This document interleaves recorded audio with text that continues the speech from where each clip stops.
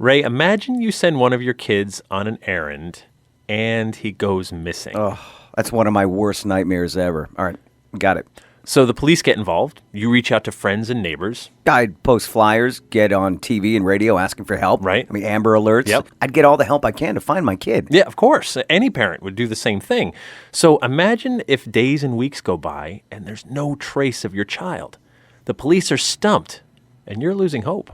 Now, this is an awful scenario to imagine, Jeff. What's your point? So would you be willing to turn to a less traditional means to find answers? Maybe even a psychic? Yeah, I'm sure I'd be willing to try anything to find my kid. That's exactly what Mr. Bruce of Milford, Massachusetts did back in 1848. And according to the reports, this psychic found answers.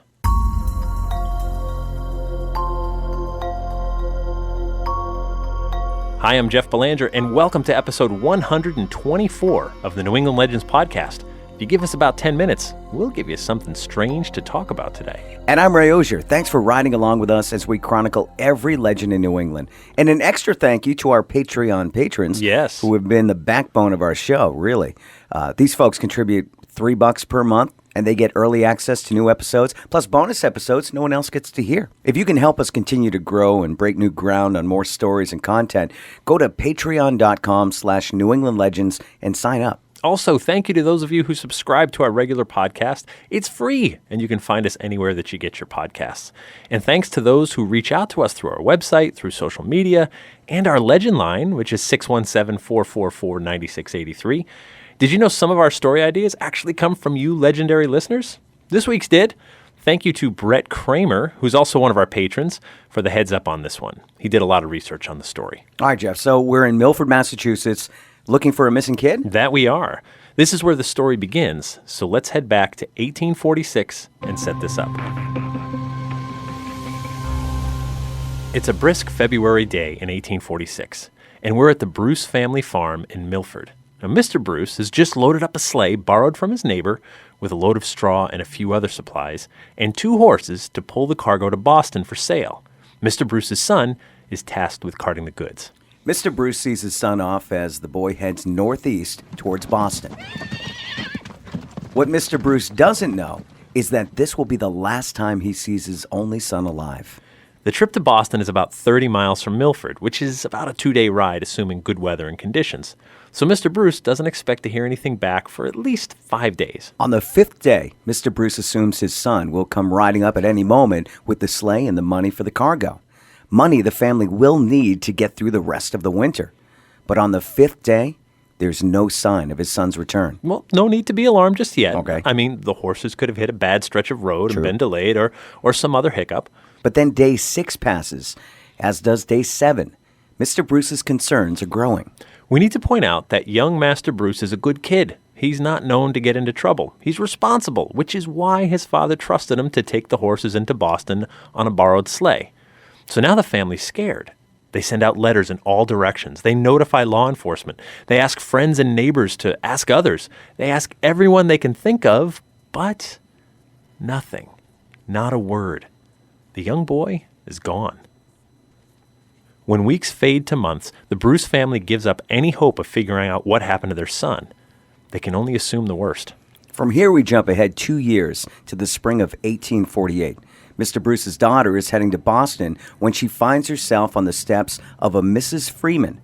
Mrs. Freeman is a mesmerist, a clairvoyant who gives psychic readings. When Miss Bruce walks in and tells the clairvoyant Freeman of her brother and of her family's efforts to find him, suddenly Mrs. Freeman receives a psychic vision. The body of your brother lies interred in a tomb belonging to the city on the Neck. The Neck is a narrow strip of land that connects Roxbury with Boston. Miss Bruce wastes no time in getting home to Milford to tell her father what she'd learned from the clairvoyant Mrs. Freeman. Now, at first, Mr. Bruce doesn't want to waste his time chasing down something like that, but his daughter seems so sure. He shrugs his shoulders, and he too makes his way to Boston with his daughter. Right to the doorsteps of Mrs. Freeman. Mrs. Freeman describes what clothes the corpse is wearing. She even describes the tomb where Mr. Bruce can find his son's body in the boneyard of Boston's Neck. I've never thought anything about mesmerism. I've heard tell of it often, but never believed much about it. But you seemed so sure. Mr. Bruce heads straight to the cemetery near Roxbury. He speaks with the officials who oversee the graves and learns there is an unknown boy entombed where Mrs. Freeman said. They offer Mr. Bruce the opportunity to examine the body. They open the groaning door to the crypt. They gain entry to the coffin, and Mr. Bruce is shocked by what he sees. That is my dear son. I know it's my boy. The pantaloons on the body are striped very widely, and the shirt has marks which I cannot mistake. I swear to it.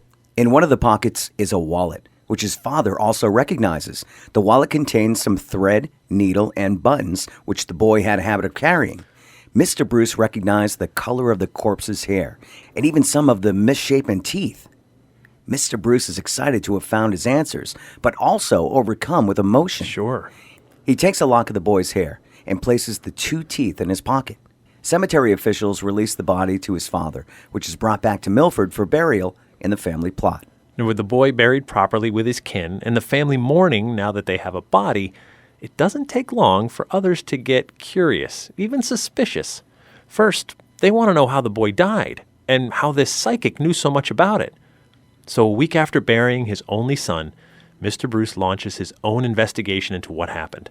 He returns to Boston. Mr. Bruce pays another visit to Mrs. Freeman. Your son brought his horses to Mr. Eastman's stables on Deacon Street. Mr. Bruce finds Mr. Eastman and asks about his son and their horses.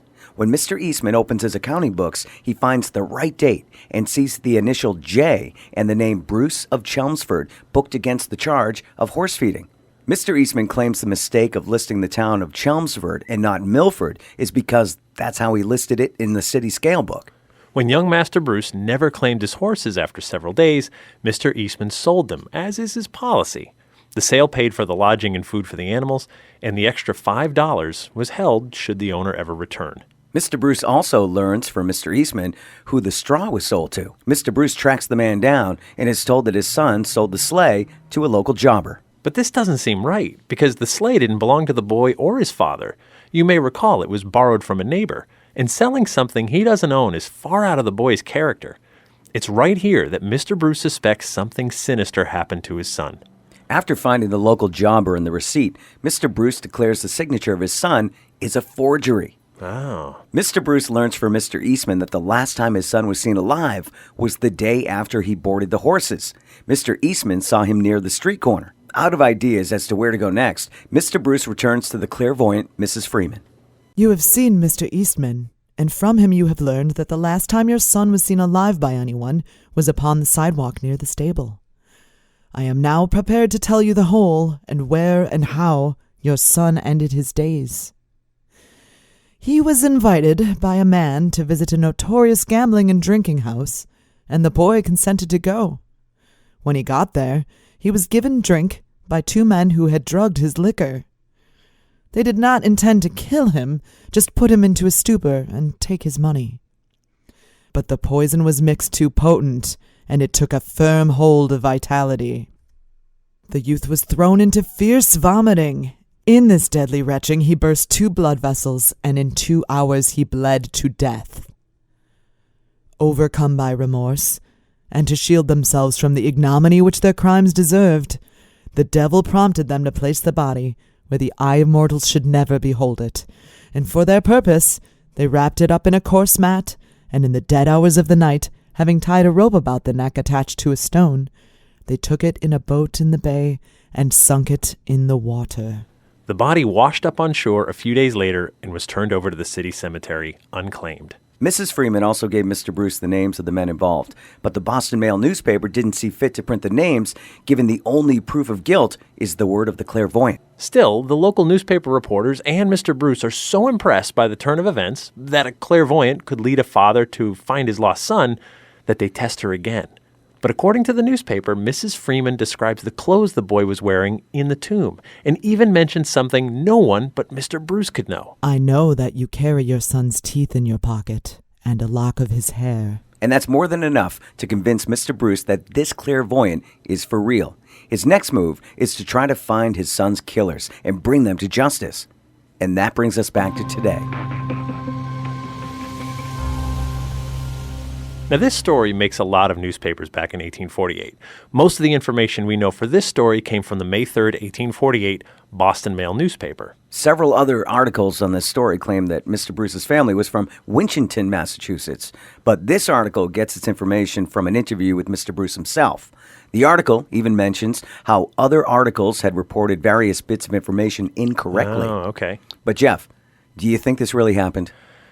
It's really important to note the date of this event. It's spring of 1848. Now, the spiritualist movement is exploding into the mainstream ever since the Fox sisters heard some strange knocks on the wall in their Hydesville, New York farmhouse. So suddenly, psychic mediums are on the minds of the masses. So maybe this is exactly the kind of good PR story spiritualism needs right now. Well, it doesn't hurt the movement, no. A story like this shows the practical application of clairvoyance. I mean, it's not just messages from your dead grandma, right? I mean, this is helping to solve a crime with hard proof in the form of a body getting reunited with his grieving family. Well, I get that. I mean, if I lost a kid, I'd be desperate for any information I could get. I don't blame Mr. Bruce at all for turning to a psychic. But I am curious, did Mr. Bruce ever bring his son's killers to justice?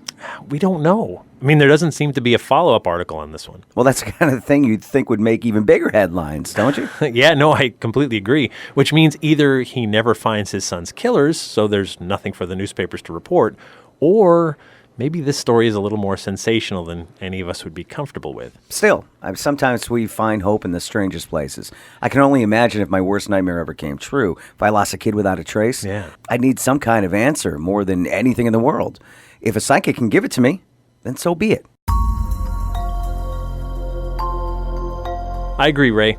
And we hope you're already a subscriber to this podcast because it's free each week, and we don't want you to miss a single episode. And hey, if you enjoy the show, your friends might as well. Yeah, that's true. Please tell a friend or two about us or post a link on your social media pages. Goes a long way in helping us spread the word. And we'd like to thank Wendy Lynn Stotts of Sunspot Music for lending her voice acting talents this week, as well as Scott Marcus from whatsyourghoststory.com, who also helped us out. And of course, our theme music is by John Judd. This is Doug Farquharson from Mendon, Massachusetts. Until next time, remember, the bizarre is closer than you think.